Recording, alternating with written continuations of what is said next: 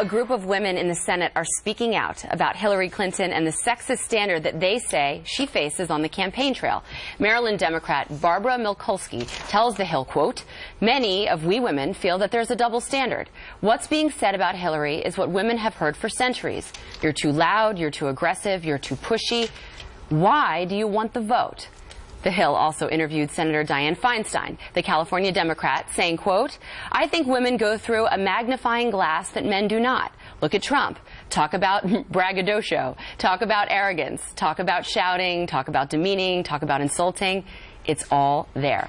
Is that a fair point, Kennedy, that they're making? But does it apply, I would say, to Hillary Clinton in this context? It was a fair point in 1978. It really was. I think you're dealing with a post-feminist era, you know, and I have to hand it to a lot of these women, a lot of these career politicians who have been at it for decades. It has been a slog for them, and they've had to break certain ceilings. But, you know, at some point, it's no longer free to be you and me, and we have to live in the here and now. Running for president is tough. It probably is the most painful, brutal examination and thorough that one can subject themselves to. Having said that, stop complaining about your gender. You know, a friend of mine who's a female surgeon says women have to work twice as hard for half the credit, and I think that makes you a better person. If you're working that much harder to break through, then you're probably a better candidate. If you're sitting around having your surrogates complain for you, why on God's earth would anyone want to elect you for public office? Well, if we're working twice as hard for half the credit, then we don't live in a postmodern feminist world, Rachel. And if you go online, you see the complaints from the Clinton, or I should say the Sanders female supporters. Yep. They're called every name in the book by Gloria Steinem and Madeleine Albright. You look at the females on the right, they're called a number of names online.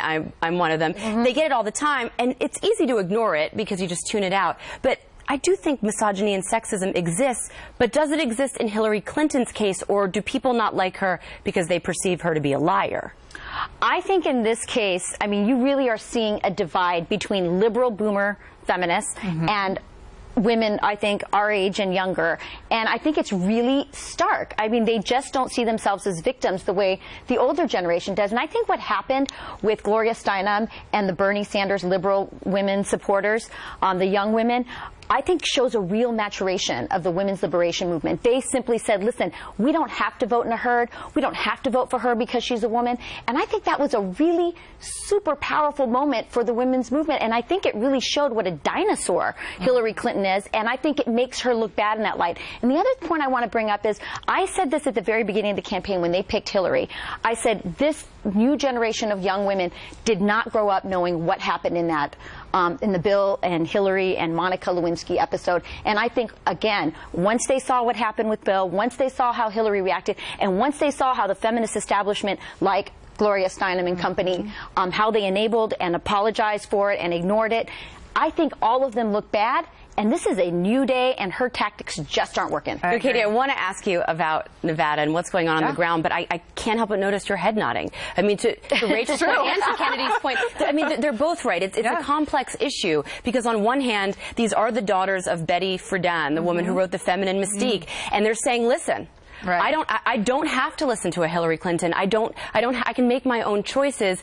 Why are you telling me what to do? But at the same time, they're facing extreme misogyny and sexism. Well, exactly. And, you know, it's just such an old argument for Hillary to be making at this point. I mean, if she's really facing all of this sexism on the campaign trail, then why is it that Bernie Sanders is winning millennial women something like 80% to 20? I mean, this argument holds no water when it comes to who Hillary Clinton's supporters are. And this idea that they're now pitting liberal women against each other and really telling them that they have to think a certain way or they're going to hell, as Madeleine Albright would say, doesn't play well. And absolutely, with Bill Clinton's behavior in the year 2016, with all of the transparency we have with social media, how, you know, the rape culture thing has been such a huge issue on college campuses, you know, they're pretty out of touch if they think that young women who are involved in these issues aren't going to look at someone like Bill Clinton and go, oh no, I don't want that to be back in the White House. We're going to move on to someone else.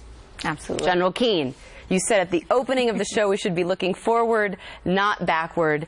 Is it helpful to drudge up the Clintons' past and to get into these back and forths? Is it helpful for her to do this as far as strategy? Well, I'm not going to get involved in her strategy, but I do believe that the progress that women making in this country is significant, and I do agree with Rachel. The youngsters out there that are in colleges, I do speak on college campuses from time to time, they don't look at themselves as victims whatsoever. They believe they're in a meritocracy. Most of law school in America, the majority of attendees are women. Right. The majority of people going to college are women, and they feel there's opportunities out there for them. Isn't it the end of a movement when you start, I mean, liberal, progressive women are the future of the feminist movement. They're eating their young. As you said, they're pitting each other. I think it's the end of all of them. They always have been. It's just now on full display, but they've always been doing that.